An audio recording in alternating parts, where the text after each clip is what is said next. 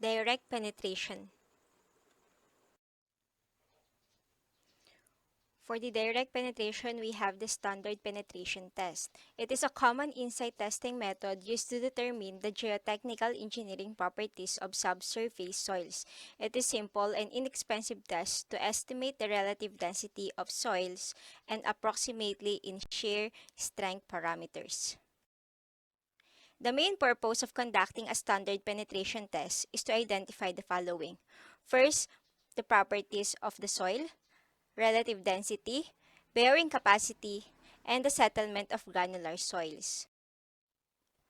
Standard penetration test tools. First, we have the drilling rig. It is an integrated system that drills wells, such as oil or water wells, in the Earth's subsurface. Standard split spoon sampler.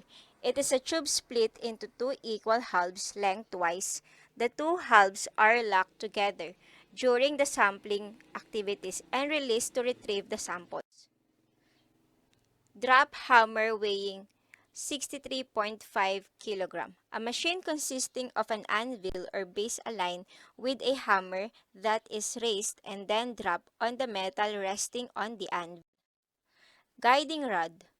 A heavy drill rod coupled to and having the same diameter as a core barrel on which it is used. A guide permitting a free fall of 0.76 meter and overlift capability of at least 100 mm. Driving head. It allows the hammer to fall on the delivering one or more blows. Process in conducting SPT or the standard penetration test. For the first step, dig the starting borehole with boring equipment. Before conducting the test, we have to decide the total depth of penetration bore and depth interval to carry the test and collect the sample the same. Let's take borehole depth up to 10 meter. Generally, depth of bore is up to the ground table or up to the hard strata below ground surface. We can decide the intermediate test depth of every 1 meter. So, SPT is conducted at every 1 meter of boring below ground level and soil samples are collected at the same depth. For the second step, assemble the sampler. Once boring of the hole is done up to the desired depth 1 meter, we decide remove the drilling tools from the borehole and clean all the disturbed materials. After that fit the soil sampler name as split spoon sampler with the drilling rod and lower into the borehole.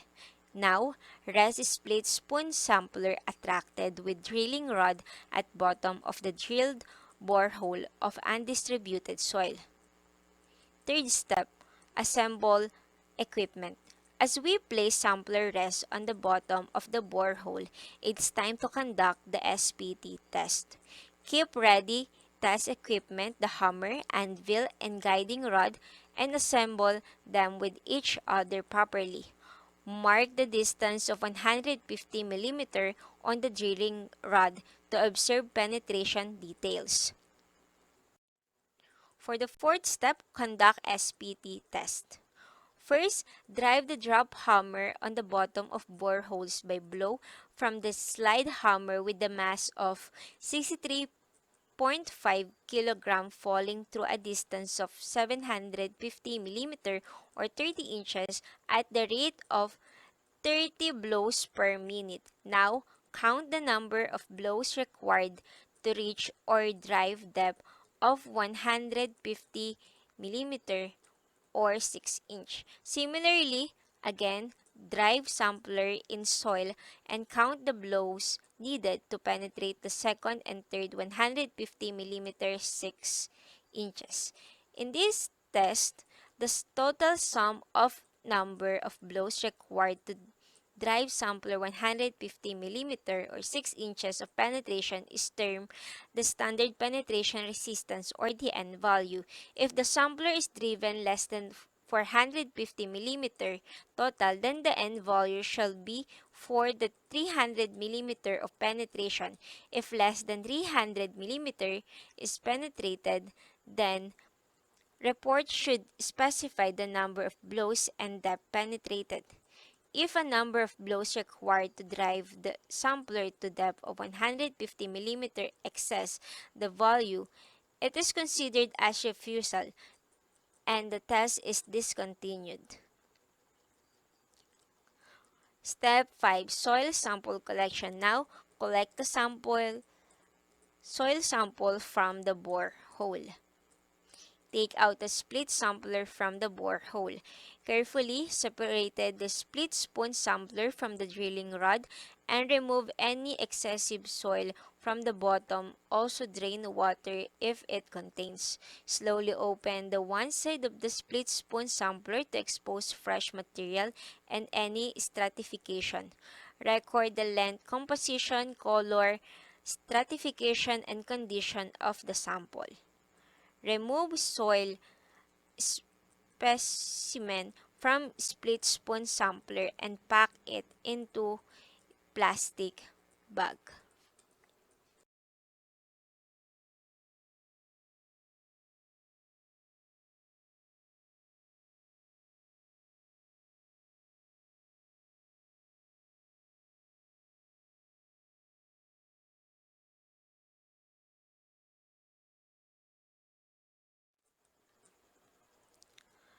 SPT and value is the number of blows required for 30 cm penetration after seating drive. If the number of blows is greater than 50 for 15 cm penetration, then it is taken as ground refusal for your penetration. So don't consider that value. Your record and gain value has number of errors and hence it needs number of correction too. But is code recommends two correction in particular, of which first one is the overburden correction. In granular soil at deeper depth, confining pressure will increase blow count, hence we may overestimate the strata at deeper depth. IS 2131 1981 recommends this graph for overburden correction. Apply overburden correction using this graph. Let the N value after applying correction be N naught. The next correction to be applied is the dilatancy correction or the dilatancy correction. If silty fine sands or fine sands are present below water table and N value after applying overburden correction is greater than 15, then the character N value is given as NC is equal to 15 plus half of N naught minus 15, so that overburden correction has to be applied first and the dilatancy correction is done. So what we could do with this SPG and value? Let's learn the application too. Using certain standard correlation from the characterization value, you can actually predict relative density and angle of internal function. In case of cautionless soil, you can also predict UCS value in case of cohesive soil, and sometimes even you can predict dynamic properties too.